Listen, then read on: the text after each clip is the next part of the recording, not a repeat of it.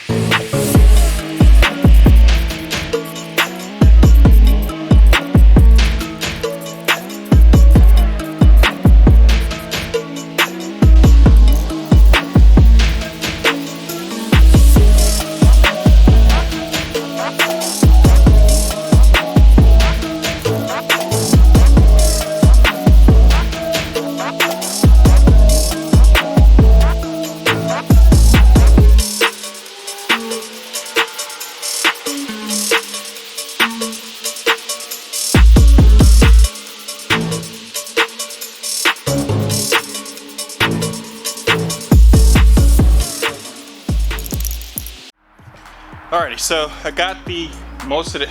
I ran out of paint. I thought it was gonna be enough to finish it off, but it needs another coat. both sides. Just that one pass on it on both sides is still not enough. It needs, for me, it needs 2 more. And I know some of you guys is like, oh, what about the freeze plugs? Mark will get on me about those too, so I might end up replacing those as well. I know at one point they stopped coming in a rebuild kit, but I believe it's which one you buy. I think the master rebuild kit from Engine Tech comes with those freeze plugs, but I just don't remember because there's been quite a few times I built these engines and no freeze plug came with them. So it's basically ready. It's ready for the main bearings, the crank. The cam is right here. I'm gonna sorry camera. The cam is here. I'm gonna polish the lobes on there, bring my polisher, and also I'm gonna polish the lifters. I forgot my bolt tumbler to put the rocker arms in. I mean I want it, but it doesn't need to be done immediately, like right now. So I'm just gonna let the block dry, and I'm gonna go ahead and jump on the CTS. Then I have these spacers. It's actually 4. I put one in already, and then this one will go here like that, and then this one here, that one will stay, and it's one more that goes right here in this bolt hole. So I'm gonna set these to the side because I have to get the power steering pump. Alright, so let's see, I got the power steering pump, and I believe it's slide. I should have kind of slid it in there before I tighten this down, because there's no way to slide it in. Let's see from the back. Yeah, there's no way to slide it in. So let me grab a socket so we could just unscrew it and screw it back. Alright, let's tighten it.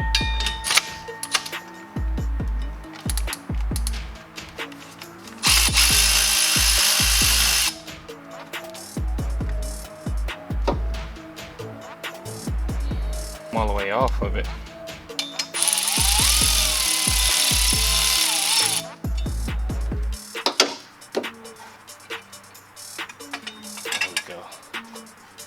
There we go. We got these 2 bolts that goes on the back side of the power steering pump. It'd been nice if the bracket had threads, but the nuts would do just fine. And that bolt. And then this one here. That one looks a little too short there. Alrighty.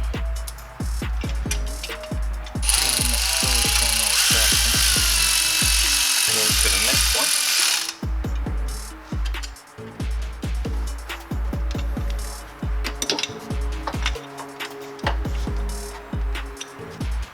Alright, so the next one we have is the reservoir bracket, which is this here.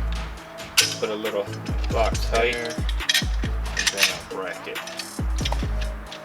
And then this is going to go through here with this spacer. I don't think that stuck out that far. I probably got it already too tight.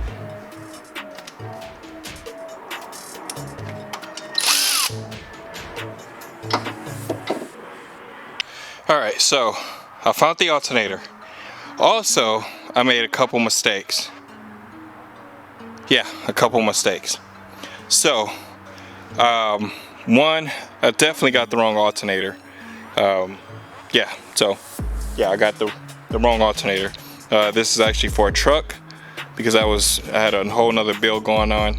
So I'll probably end up selling that one and buy another one because I had to take it apart just sort of barely fit, and you can see the whole inner on the back side of there. The second mistake that I made is these spacers here. Now there is 2 that's shorter than that by a hair. And that's because I had this bracket on wrong. I had the bracket on this side instead of this side. So once I put it on this side, that made all these brackets even. That was my first mistake. But now if you take a look, everything lines up from the pulley down there, the main crank, this idler, and the alternator. It lines up. But I had to take the spacers off back here because they're a little bit too big. So what I'm gonna have to do, either have someone mill these down or buy some smaller ones, because I need half of that size. So I need this size half. So I'm not sure how long these are. Be honest with you, I'm not sure. I'm pretty sure it's on the paper, but I don't know. Let me see. Let me grab it real quick. Let's see. This is paperwork here. Okay, so they 0.86. Let's see if I don't know if you guys are gonna be able to see that. 0.86. So that's what those spacers are. So I need 0.43. Half of that. So I need 4.3. But otherwise, everything lines up, and I knew I wasn't gonna be able to use this one here, so I went straight to that. But it actually fits in there really good. So next I just need the idler pulley, a power steering pulley, and that's it. Oh, I have to get the tensioner that goes right here. It's a tensioner pulley that goes there. I just need to get that one day. But this actually went back a little bit further, so that kind of helped out a lot. And once I get those spacers in, then I could actually tighten down everything. I don't think my bolts would be too long, because I tightened this one down here, and this one's supposed to be flush, but without that spacer I really can't do anything. But I know once I put that spacer in there, I should be able to tighten it all down, and it should just line up perfect. The last thing I have to do is put clamps on the reservoir that goes from here down to the power steering pulley, down the power steering pump down there, and then that'll be all set. Let's see what else I gotta do. Oh, just that idler pulley there, and that's it. I'm not gonna worry about the AC yet, because when I do, if I do it, it would definitely be down under, which is fine because there's more room on this side. If I was to put the air conditioner down there, I could still run exhaust right next to it. I just have to put some heat shield. Over here it's a little bit tougher because I have the power steering rack and pinion here, and what else, and some wires. Just mostly the rack and pinion is down there, so that gets in a little bit of the way. But other than that, that's pretty much it. So with the once I get the intake, I think I think I'm just gonna go ahead and buy an equalizer instead of the Trinity. I really want the Trinity, but it's like $1,000. The equalizer, you can find them about $600. If you get lucky with a used one, maybe $500. I ordered the ECU. It's actually on the way. That's the only thing that wasn't on back order. Once I get the ECU and the intake, I can actually start it almost, because I have the flywheel, the flex plate. I just don't have a torque converter. I don't need the torque converter to start it. The exhaust, yeah, I still got to figure that out. I don't know what I'm gonna do about that. I have no idea. So I'm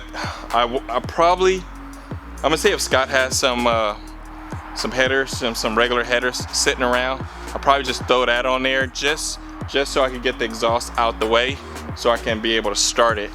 I really want to start it before I finish off everything, just to make sure it's gonna be all okay. But other than that, that is it. I got my polisher out because I'm gonna polish the lifters. I'm gonna go ahead and polish the cam lobes so they'll be just perfectly smooth, and the lifters will be smooth, so everything will be good there. Please comment, like, subscribe. Stay tuned for more content, mostly on the, I want to get the Jeep, so I want to get the Jeep totally done and out the way so I can focus on the Cadillac and also get back on the Element. I had some ideas popped up on Facebook Marketplace, some parts, and I messaged the people. I guess because it's Christmas, they're not going to answer. I understand, but I have an idea for that. So until next time, till next time, I'll talk to you guys later.